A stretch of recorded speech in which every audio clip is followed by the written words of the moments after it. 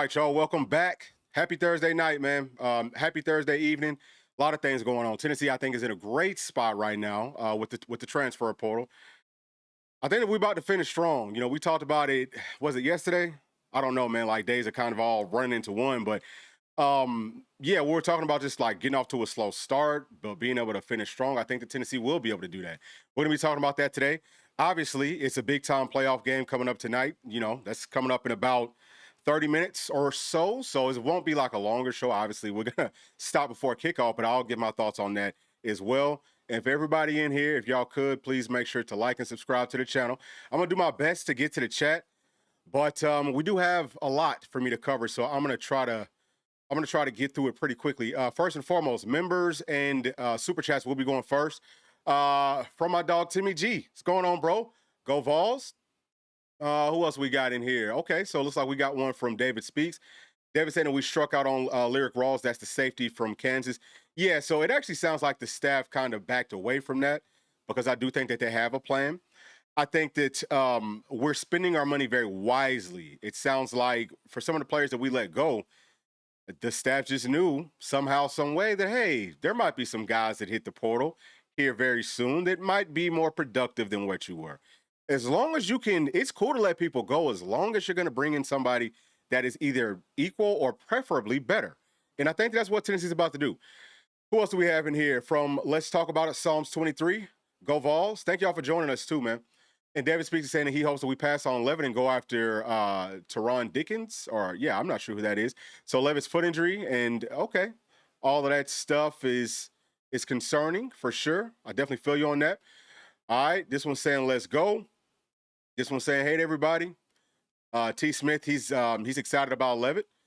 Watch more of his film, and I think that he'd fit well in a dual threat or as a dual threat in this system. So we also, y'all, just like real quick, we put out a video today that's showing you Sam Levis in there, Joey Aguilar's in there, Ty Simpson, Brendan Sorsby, and the other kid, the other quarterback. I'm drawing a blank on his name, but either way, I just wanted for y'all to see how the quarterbacks look at their best. So it's all their best throws over 2025 because we talk about it so much, and I know that it's hard for people to really watch that or be able to actually see what the heck is going on because the TV copy doesn't really show you that. So that's why we put out the all 22, the sideline angle, and then the end zone angle so that y'all can see what some of these guys are actually capable of. Now, there's more to this story. I mean, obviously, some of these guys, like, you have to see them at their worst as well. But let me also just plug this real quick, y'all. If you do want to see the all 22 film, if you want to see more of these players of Tennessee, of different SEC teams, check out patreon.com/SEC all 22 film, and y'all can catch it right there. All right, let me go on ahead and jump into it. Let me go ahead and get it going. Obviously, we always got to talk about Scott Cochran. He is out there. He's at West Alabama as the head coach. He's the best strength coach out there. You have to at least talk to him. I think the Tennessee, I'm hoping that we talk to him. You know, I think that we're maybe kind of like dragging our feet on this. We need to go on ahead and identify whatever strength coach that we want. There's no reason that someone can't be working on that. So I'm sure that it is getting worked out. There's just no real word or like wind of what's going on at this point for many of the insiders. But I'm expecting it here pretty soon. After we get a few more players from the transfer portal, we should start to hear some smoke about really good strength coach. And then also, y'all, got to slow down on that tempo. We all know that it hurts us more than it helps us. All right, so moving forward, let's talk real quick about the game tonight. The main thing that I want to talk about with this, y'all, so obviously, like, y'all can see the spread, y'all can see the over-under and all that type of stuff. But if you're looking at the stats on the side for each of those teams, it's a little bit of a different makeup for both of those teams. So you got Carson Beck for the U. You got Trinidad Chambliss for Ole Miss. Obviously, Trinidad Chambliss, in my opinion, is actually playing better. He's doing more for his team, right? Like, you look at the wide receivers numbers or you look at their leading pass catcher. Doesn't look great, right? Like, name a wide receiver outside of the one that you're seeing right here for Ole Miss. Nobody really knows, right? So it's like they've got a pretty good, I think, offensive line. They've got a pretty stout defense. But see, this is a situation where I think it's a really good system and you've got a really good quarterback. And then you've got some good pieces kind of sprinkled in different places. And I think that's why they are where they are. As far as for the U, like I said, Carson Beck, to me, I mean, I know that he had a big name. He's put up big numbers. I was never super high on him, okay? He's a pocket passer. He started to use his legs more. I'm not huge on quarterbacks that are statues these days, but whenever you look at their running back, look at their running game. Okay, both of these teams have big running backs. They can daggum get it done. And then, as far as their wide receiver, they have a true freshman who's a stud. Outside of that, it's not a whole lot. So really, neither one of these teams, as far as like skill position, is like super deep, super loaded. Again, they've got a guy that's really good. I mean, he's got over 1,000 yards as a freshman. I think that speaks volumes. But they have a tremendously good offensive line. Their head coach, he's an offensive line guy. They have an outstanding defense, and everyone knows that. It's going to be a very hard-hitting physical game. I'm looking forward to it. But yeah, I mean, both of the teams have really good pass rush. Like both of them can get after the passer. So that's another big part of it. I just want to point that out. That teams can get here, they can get to this point a little bit of a different way. But you really have to have, I think, at least a very good offensive line, which I'd say that Ole Miss's offensive line may be very good. You have to have I would say, above average defense. And if not, you need to have a daggum juggernaut playing a quarterback. So I think that Tennessee's already in a good spot. Offensive line should be really good moving forward. We got a whole bunch of really good skill players. I'm not too much worried about the running backs that we bring in, even though I would like to get a bigger guy. But we got to get the defense right. So who am I picking to win this game? I have like a funny feeling that Ole Miss might end up winning, but I'm not going for Ole Miss. I'm not going for any SEC team. I actually can't stand Ole Miss in all honesty. So the only time that I would ever cheer for them is if they're playing Georgia, in some situations, Bama. But that's not a team that I'm just going to be cheering for. So yeah, I hope that they lose. But I actually have a feeling that they might win. So let me just go ahead and pick the daggum U, man. We're just going to do it that way so that I'm not going back and forth. Next, okay, Tennessee did pick up a cornerback, Kayan Lee. I'm not quite sure how you say his name, but he's coming from Auburn. Y'all can see his size right here. He's not the biggest guy. I think that he needs to gain some weight, but he is a Georgia boy. So that's always positive for me. And then y'all can see his stats, 31 total tackles. He only gave up passes at a rate of 47.8%, which is outstanding. I think that Mod last season was at, I think he was at like 48%. It was something like that. But with Kayan, his numbers were like this in the previous year too. So he does a good job. He stops people from making catches. That's the whole point. He's only given up 292 yards, 0 touchdowns. He has 1 pick, but he's forced 7 incompletions, and he doesn't have any sacks, even though they brought him on cornerback blitzes. So we're going to have a film breakdown for our members, y'all. It's probably going to be coming out tomorrow. But I think that's a really good pickup to me, very similar to like Ricky Gibson.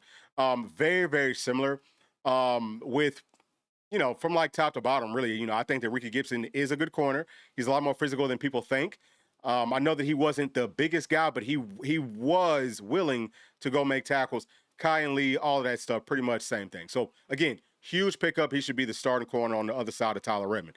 All right, so now, just as far as the visits that we have coming up, today we had Sam Levitt, right? So, actually, I think he came up yesterday, but he stayed through today. He spent some extra time with the staff.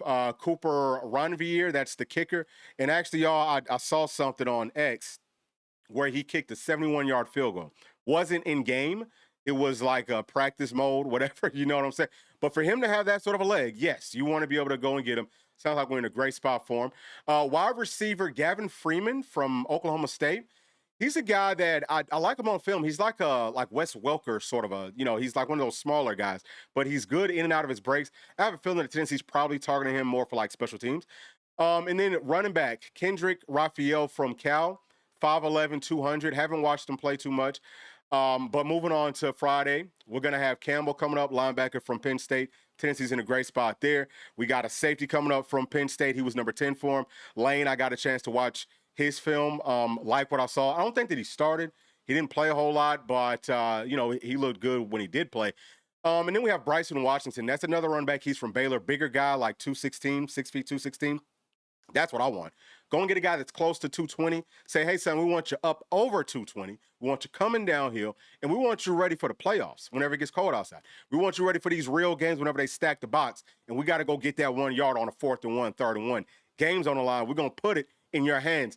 That's what I want to see. That's really all that I'm concerned about as far as running back goes. I don't need a guy that's got a whole bunch of stats. I don't care about that. I don't care if he can hit the home run. I could not care less. We've already got that inside of our running back room. Go and get something that we don't have, which is a bigger freaking body. Okay, it's chess, not checkers. Let's start playing more chess, and I think Tennessee's doing that. So Saturday, Jordan Norman, he's a defensive end from Tulane. I got a chance to watch him. I think that he's pretty good as a pass rusher, probably a better versus the run. It's like a run stopper. There is some twitch. It's not overwhelming twitch. Would he be a good pickup? Kind of like an Adam. He's not even like an Adam Trick. Adam Trick, I think, was twitchier than what he is. But if we can add some other guys that we'll talk about, then yeah, I would also like to add him just for like depth purposes. Okay, so next, Sunday, the guys from Bama. We got an edge rusher, and then we got a defensive tackle. I would really like to get that defensive tackle because, you know, I want to add as much beef as we can. But that's how that part of it looks. So now let me move forward, okay?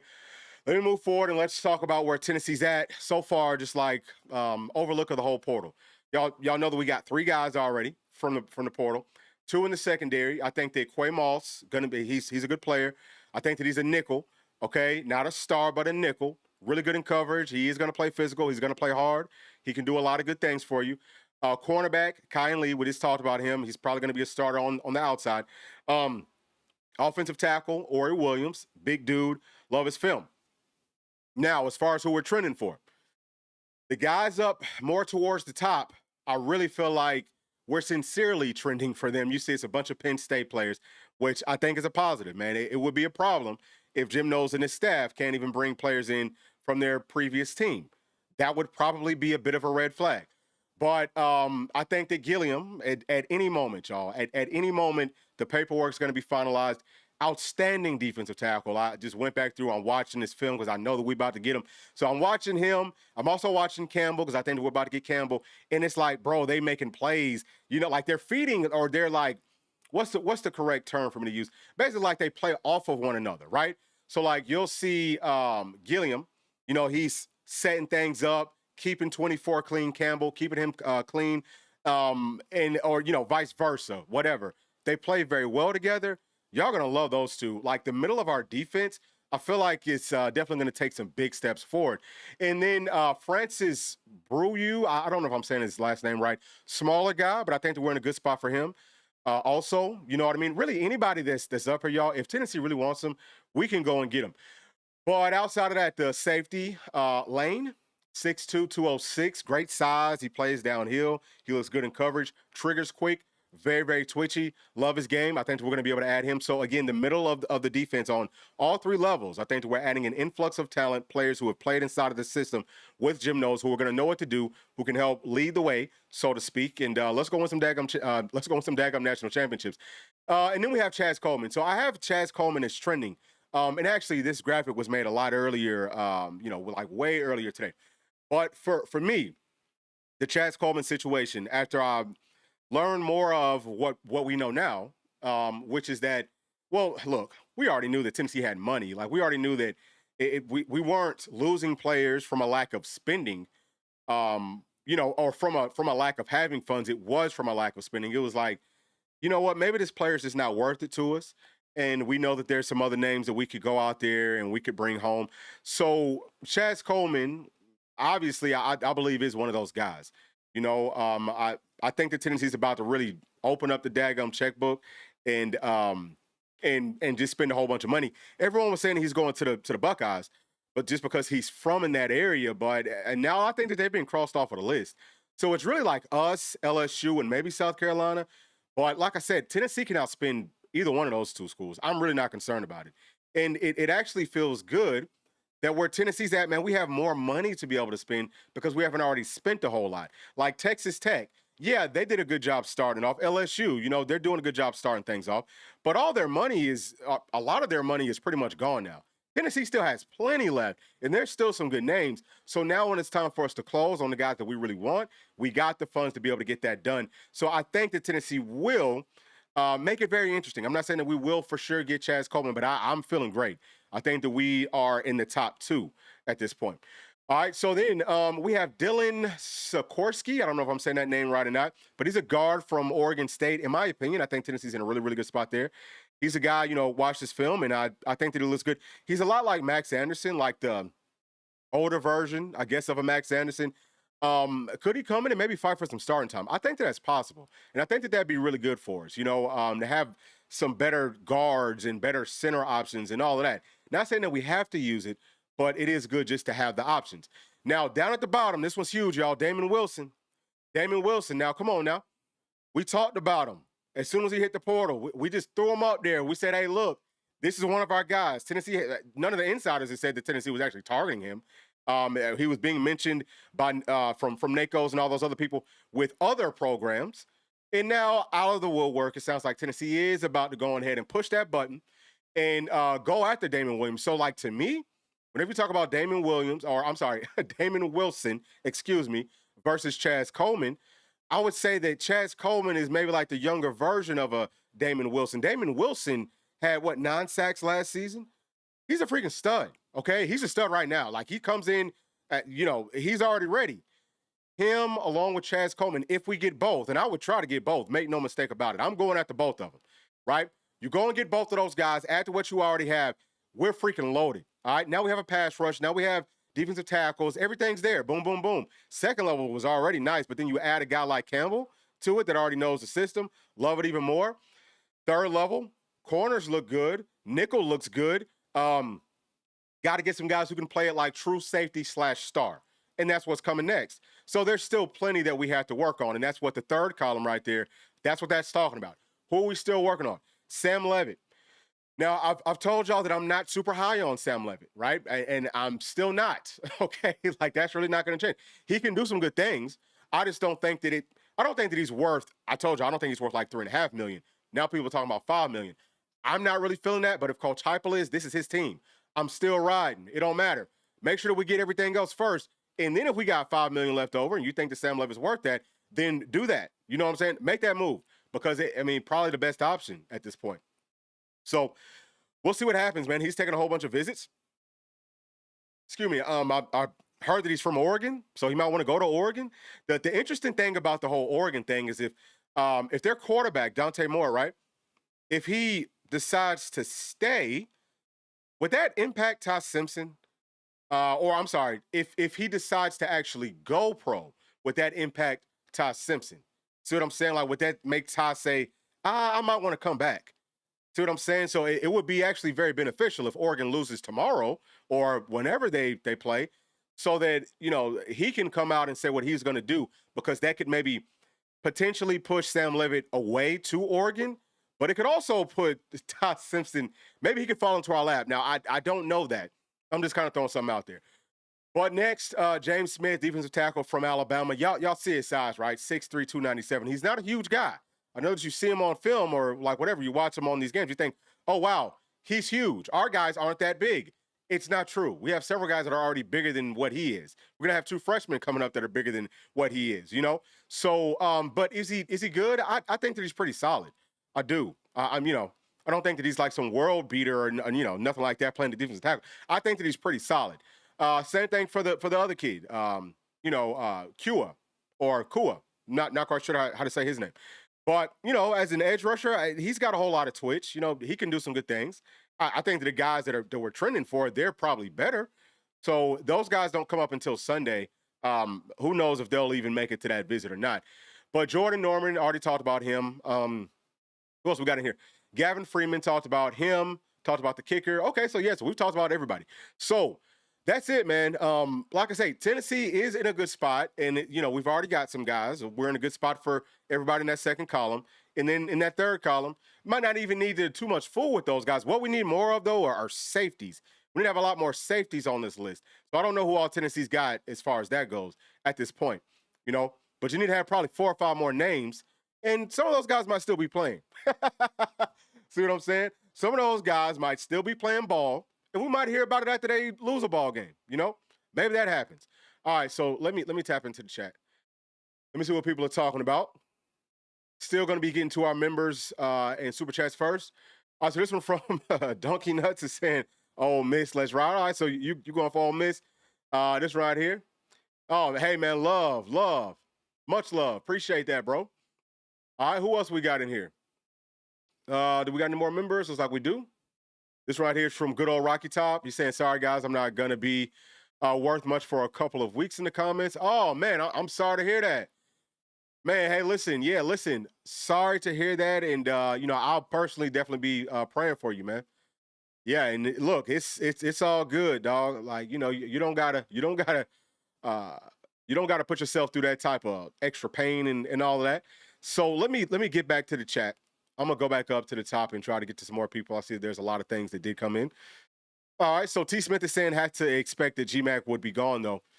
Yeah, I mean, I don't know how things are looking at this point in the game, but I know that earlier, that's what I had heard. I heard that if they bring in a starter, especially if it's a multiple year starter, that he would be gone. But I've also been consistent in saying that it really would make more sense for him to take that extra year if he can and just get himself bigger, stronger, and better. You know, he could do the same thing similar to what Todd Simpson did, but see the field sooner because I think that Todd Simpson, he was a no. How many years was Todd at Alabama? I'm not sure, but either way, y'all understand what I'm saying. I think that he, get yourself right and then come in and you could be one and done. That's the whole point. Like once you get to start next year in 2027, if he does want to stick around, then all of a sudden one and done. All right, so Trev Dog, he's saying that he watched Levitt's film yesterday and he's awful, only hype because of potential. He stares down wide receivers, worst double coverage passes. There it is. So I'm not quite sure where you saw his film from. I don't know if you saw it from the Patreon, patreon.com/SEC, all 22 film. You can definitely see it there. But that's pretty much what I'm saying, is that he does make some really nice plays. If you're just looking at the highlights, yeah, he's obviously capable. I mean, he's a fast guy too. I think he's clocked at like 20 miles per hour, 20 point something. So not quite as fast as Todd Simpson, but he can run. Does some nice things. But if you watch a full game, that's when you start to realize, oh, wait a second. And his offensive line wasn't great. I'm not dogging on him, y'all. Please don't take it that way. I'm just keeping it real. I'm just saying that I don't believe that he would be. You definitely don't want to sacrifice anything else on this team to go and get Sam Levin. I would not be doing that at all. I think he'd be a nice piece to add to everything else, but he's not just going to be the guy. So I'm actually happy that Trev saw it the way that I see it. And if y'all see it differently, I'm happy about that too. That's perfectly fine. All right. Yes, sir. Yes, sir. The Oreo Puppy Dog still wants GMAC. Yeah, man. Listen, I'm a huge fan of GMAC, and everybody knows that. Huge fan of him. I would love for him to get his opportunity, but I'm just saying, if the staff doesn't feel like he's quite ready yet, I hope that he wants to stick around for us because he's going to be a stud. He's going to be a major problem once he does get that opportunity. Let him take the reins and learn. Yeah, man, I could see it. I could see it that way too. So this one from Robert Smith saying that I hope that we do good in the portal, but like I say, we have to be more multiple in offense. Yeah, man, I think that's a fact, bro. I do. I definitely think that is something that we have to do. All right, so they're talking about the quarterback that was mentioned earlier. He's from Western Carolina. Okay, I had to check him out. Maybe he is good. So let me make sure. Let me double check y'all and make sure that we're not missing on any super chats. And from our members, it looks like we got some coming in. All right, so Kendrick Raphael, the running back from Cal, he's coming tonight. Okay, I think do we have that up? Let me see. Did I run? Okay, yes. Yep, so he is coming tonight. Appreciate that, Brian Lemons. Appreciate you, bro. All right. Yeah, man. Hey, look, I understand how it is, man. I understand how it is. Well, I appreciate you. You already know. He'll be better than Joey. So if you're talking about Levitt, I don't know. I mean, I could see him being better than Joey, but I could also see some of just like the same problems, right? Exactly like what I said earlier. And that's my biggest concern. So yeah, I'll just say it that way. Is Jalen McClain going to hit the portal? I don't know, brother. I don't know. Like, I felt like he probably would have at this point. Since he hasn't, I don't know what's going on there. Could not tell you exactly what the situation is. So Brian is asking, could Coach Heupel do with Levitt like he did with Joey? Hard to compare film with a different system. Yeah. So this is the thing, right? And we've talked about this. With Joey, his system that he came from was very similar to what Tennessee was starting to implement for our season this year, right? So I think that he was already pretty close to it, like Joey was. And I think that we did a pretty good job, obviously, of minimizing the turnovers. What did he have? I think that his interception low before this season was 14? Or was it was something like that? He still had double-digit picks. So I don't know that he really fully got him out of it. As far as Levitt, I just think it's going to be a lot more of the same. There are some similarities in the system that Levitt ran at Arizona State. There are some differences. I would say this: Sam Levitt has a higher ceiling than I think Joey did. I can say that because I've seen Levitt fit the ball into some much tighter windows than I've seen Joey throw into before he got here. Um, so I don't know. I mean, like you say, you can never really tell for sure. I'm not here to say that hey, he can't do X, Y, and Z. I'm not saying that. I just would like for him to come into a situation where he doesn't feel like he has to do everything. Where he feels like, hey, I can manage ball games, I can make a few plays here and there, and that's going to be enough for this team to win. If you put him, he has some good drives now, but I would say that those are kind of like there's a lot of parallels between those two quarterbacks, and hopefully all that makes sense. All right, so let me get to some more of these. So Charles is a new one here. All right, so saying that if you give GMAC the reins, the defense has to be stacked. Yeah, I think that the defense really has to be stacked either way, and that's my whole point, y'all. That is my whole point. I don't think that there's a quarterback option out there that would make up for like a lackluster defense. I don't think we have a choice. If the defense isn't very good, okay, very good, then it's gonna be tough. It's gonna be a really, really tough season, even with all the weapons that we have on offense. Can we make some tweaks to the offense and make it more friendly over the course of the year? Find more counters? Of course. Of course. I just don't, I know that we're going to work on it. I just don't know how long that's going to last because since Coach Heupel's been here, that's something that he really hasn't been good at. He hasn't been good at having counter punches at all. He's good to start the games off. He's good to start the season off. But halfway through almost everything, he hasn't been excellent. So if that changes, then yeah, everything that I'm talking about changes. Then yeah, we could be okay without a super great defense. If it's not as much tempo and the defense doesn't have to run, 20 or 30% more snaps than everybody else, then yeah, you don't, like the defense you don't need as many guys, right? But understand that the way that our offense has been set up, it hasn't been friendly to our defense. That's my whole point.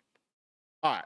So from Jeremy, saying that he's not gonna lie, I really was starting to panic a little. Yeah, but it's looking like okay, good. I'm happy that you're feeling better about it because look, I ain't gonna hold y'all. Sometimes I start to kind of panic too briefly. It's like everybody has their moments, but I don't want to get up here in panic mode either. So I got to be able to get myself together and try to find out. Well, how are we gonna get out of this? Like what are we seeing here? And get on the phone and hear what people are saying up on campus and all of that, and then I can come back and I do. Hopefully, I can do what Jeremy just said, or help to do that, where you don't feel as bad after y'all watch this stuff, because I don't want y'all to be overly stressing this stuff. I think we will be fine. All right, so Oreo Puppy Dog saying that I heard that GMAC beat Joey in camp, but just needed more weight. I heard the same thing. I heard that he operated better. So maybe not necessarily beat him out, but operated better, which those can be two different things. All right, y'all, we got about 5 minutes. I'm gonna make sure that I get to all of my members, and then I'm gonna go back through y'all. Appreciate y'all's patience.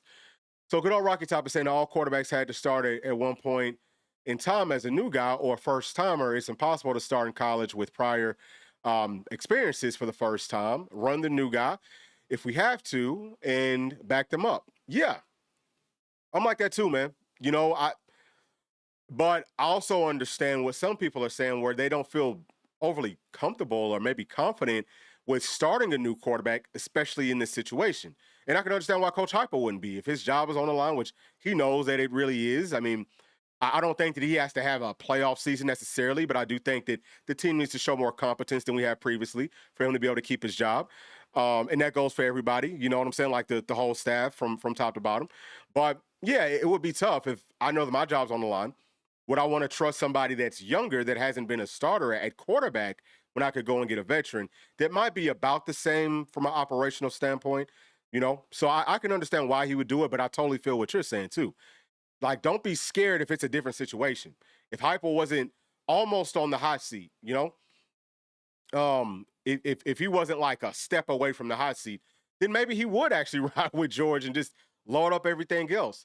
But I think that because of the circumstances, Coach Heupel's got to operate a little bit different. Okay, so from Ironster saying, I don't think that we should be spending money on a quarterback if we didn't have it. Oh, okay, I'm sorry. I don't think that we would be spending money on quarterback if we didn't have it. 100%. I'd be more inclined to believe that, yeah. I mean, look, like I said, we have money, okay? Like, we do have money. Do we have enough to spend $5 million on a quarterback and still spend probably $1+ million on some of these guys, especially those edge rushers that I feel like we absolutely need? Do we have that type of money? If we do, then it's perfectly fine. I have no problems with them getting Sam Levitt at all. As a matter of fact, I would prefer that they did. If you've got the money to go and get everything that you need and then go and get the best quarterback out there, of course I want you to. I just want the best chance to win. I think that we all want that. So I don't even think that it's a conversation that we need to keep on having, y'all, because I really don't think that money is a real issue. I don't. I just think that we've been very careful with how we're spending it. All right, so Corey, he's saying that you play GMAC and he's successful, which he's confident that he will be. And then you've got a quarterback for 2 years, and you let Faze on.